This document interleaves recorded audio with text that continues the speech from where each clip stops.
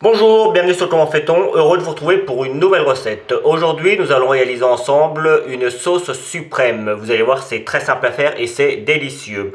Vous devez faire au préalable un bouillon de volaille. D'ailleurs, la sauce suprême, en général, on l'utilise justement avec de la volaille. Je vous expliquerai ça un petit peu plus tard. Donc, pour faire le bouillon de volaille, j'ai simplement fait cuire une poule avec des carottes, du poireau, des oignons, du thym, du laurier, du romarin, enfin bref, tout un petit mélange. Je vais vous donner la recette du bouillon de poule, comme ça vous l'aurez et c'est très facile à faire. Après, si vous n'avez pas le temps, vous pouvez toujours prendre un bouillon, vous savez les petits cubes de bouillon dans le commerce, vous mettez de l'eau et puis vous avez votre bouillon, mais enfin c'est quand même moins bon. Donc là vous voyez, il est bien gras, on voit bien que c'est un bouillon fait maison, que c'est bien gras et c'est ce qu'il faut. Donc, dans un premier temps, on va faire ce qu'on appelle un roux, c'est-à-dire sur le même principe que la béchamel, on va faire fondre le beurre, c'est-à-dire 30 g de beurre, 30 g de farine, et on rajoutera 50 centilitres ou 500 ml de bouillon de poule, ou de bouillon de volaille, mais en général c'est du bouillon de poule. Quand le beurre est fondu et qu'il commence à chanter un petit peu, on rajoute la farine tout de suite. Là, on fait ce qu'on appelle un roux brun, c'est-à-dire qu'il ne faut pas qu'il y ait de couleur. On veut avoir une sauce assez blanche. On y rajoutera dans notre sauce de la crème fraîche, un petit peu de beurre encore, et puis la petite touche des chefs, mettre un petit peu de maïzena. Il me reste un petit peu de bouillon, je mettrai un petit peu de maïzena que je vais mélanger avec mon bouillon et je rajouterai, mais ça c'est pareil, je vais vous expliquer ça après. Donc là, vous voyez, mon roux est fait. Il y a l'émulsion, vous voyez, ça fait comme une petite mousse. C'est le moment que je rajoute mon bouillon. Et là, alors, soit vous faites un roux froid, c'est-à-dire que vous faites votre roux, vous attendez qu'il soit froid et si votre bouillon est chaud, ou alors vous attendez que le bouillon refroidisse. Moi, il était froid pour faire, sinon ça risque de faire des grumeaux. Bon, si on se débrouille bien, en général, il n'y a pas de grumeaux. Donc là, une fois que c'est bien mélangé, vous voyez, on a quelque chose de joli. Eh bien, on est parti pour 15 premières minutes de cuisson avant de rajouter la crème fraîche. Donc là, on va commencer à épaissir un petit peu la crème, enfin la sauce. C'est pas une crème, c'est une sauce. Gentiment, et on reste pas loin de façon à mélanger assez régulièrement. 15 minutes. Comme vous pouvez le voir, ça fait 5 minutes que ça commençait à cuire. Alors j'ai oublié de dire, c'est sur feu doux. Vous voyez là, ça a commencé à épaissir. Et en fait, on va réduire un petit peu la sauce. C'est ce qu'on appelle réduire. En fait, toute l'humidité va s'en aller. Enfin, une partie de l'humidité va s'en aller. Et ça va réduire tranquillement. Mais sur feu doux. Allez, 15 minutes ont passé. Alors juste une petite info également, vous avez vu que je n'ai mis ni sel ni poivre, c'est normal, mon bouillon était salé et poivré. Je rajouterai, parce que là comme on rajoute des choses qui sont non salées ni poivrées, il faudra probablement revoir l'assaisonnement, mais ça on le fait en fin de cuisson et c'est suivant ce que tout le monde a, enfin suivant le goût que vous avez. Si vous aimez bien salé, bien poivré, vous en mettez un petit peu plus. Moi j'aime quand c'est pas trop salé ni trop poivré. Donc voilà, ça se trouve ça me suffira moi le qu'il y avait dans le bouillon. Donc comme vous pouvez le voir, je rajoute maintenant au bout des environ 15 minutes, je rajoute ma crème fraîche, 20 centilitres. Alors de la vraie crème fraîche, bien grasse là encore, c'est important, pas de la crème fraîche allégée. Il vaut mieux mettre un petit peu moins de sauce sur votre volaille et puis avoir de la bonne sauce plutôt que d'en mettre beaucoup avec des produits allégés. De toute façon, en règle générale, les produits allégés sont pas de très bonne qualité. Enfin, en tout cas, c'est mon point de vue. J'en consomme pas vraiment. Donc après, mais bon, il faut bien remplacer pour avoir la structure de la matière grasse. Il faut bien mettre des produits. Et ces produits-là, en général, ne sont pas de très bonne qualité. Enfin, après, chacun fait comme il veut. Moi, je vous conseille, et après, libre à chacun de faire comme il veut. Mais là, si vous voulez réussir cette sauce, il faut mettre de la crème fraîche au minimum à 30% de matière grasse. Ça pourrait être de la crème liquide, même si là, sur le coup, c'est mieux la crème fraîche. Ça a un petit peu plus de goût, donc c'est mieux. Mais si vous avez de la crème liquide à 30% ou 35% de matière grasse, ça marchera. Donc à partir de là, on est reparti encore pour 10 minutes de cuisson, toujours à feu moyen. Et puis au bout de 10 minutes, on rajoutera le beurre, encore un petit peu de beurre, et puis 25 grammes pour être exact. Et puis la cuillère à café que je vais dissoudre dans un petit peu de jus qui me reste. Mais là, c'est reparti.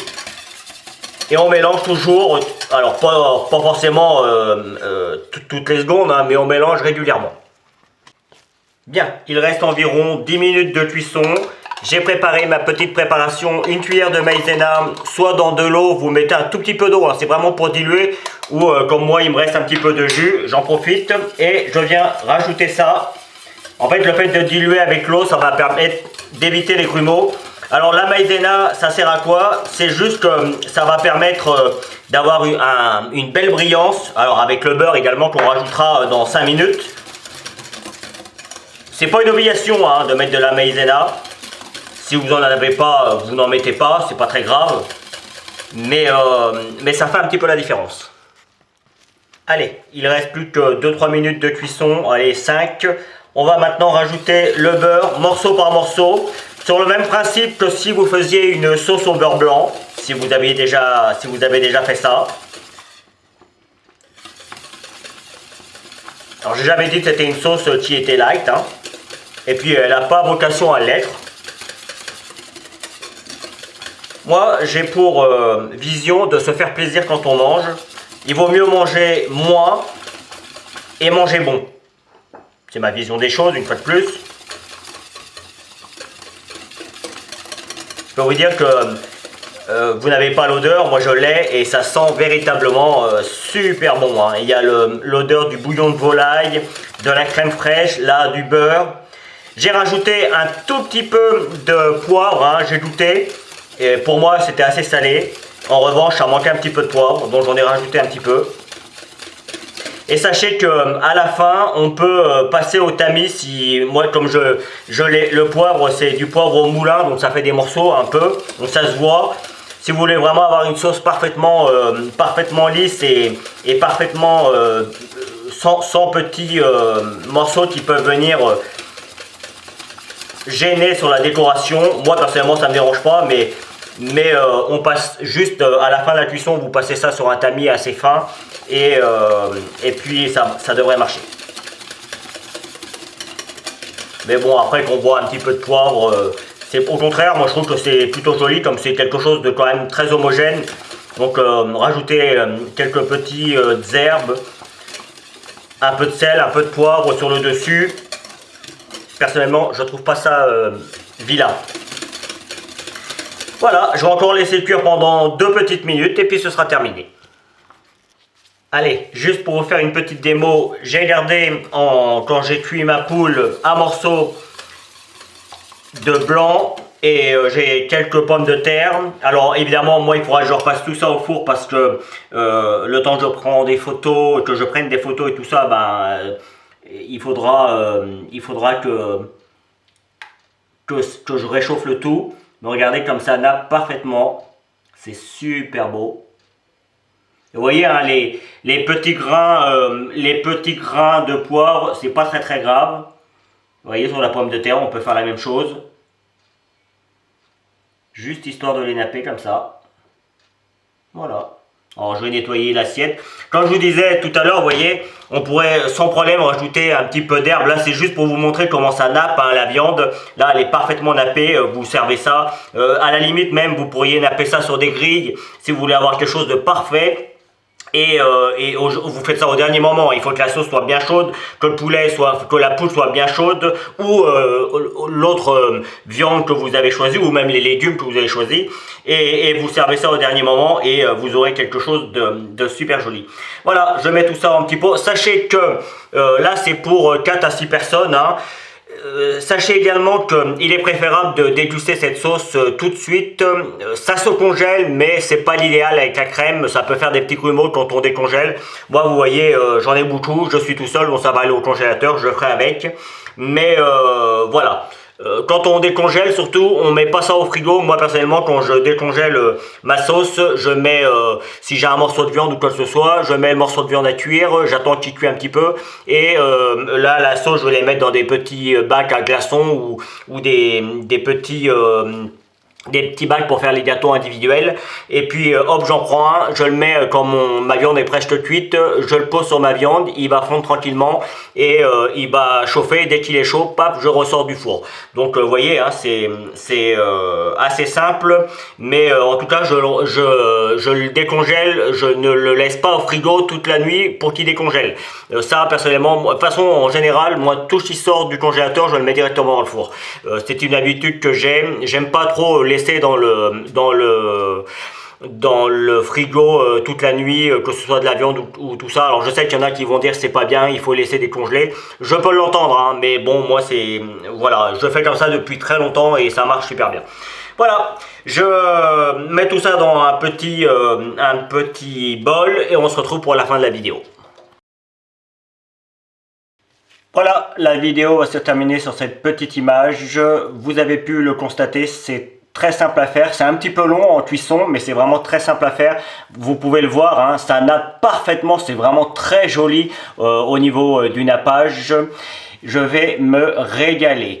Vous allez voir apparaître le QR code, c'est pour faire un petit don si vous avez envie, il suffit de le scanner, vous allez arriver sur PayPal, c'est une plateforme sécurisée pour partager de l'argent, donc si vous pouvez le faire et si vous en avez envie, n'hésitez pas.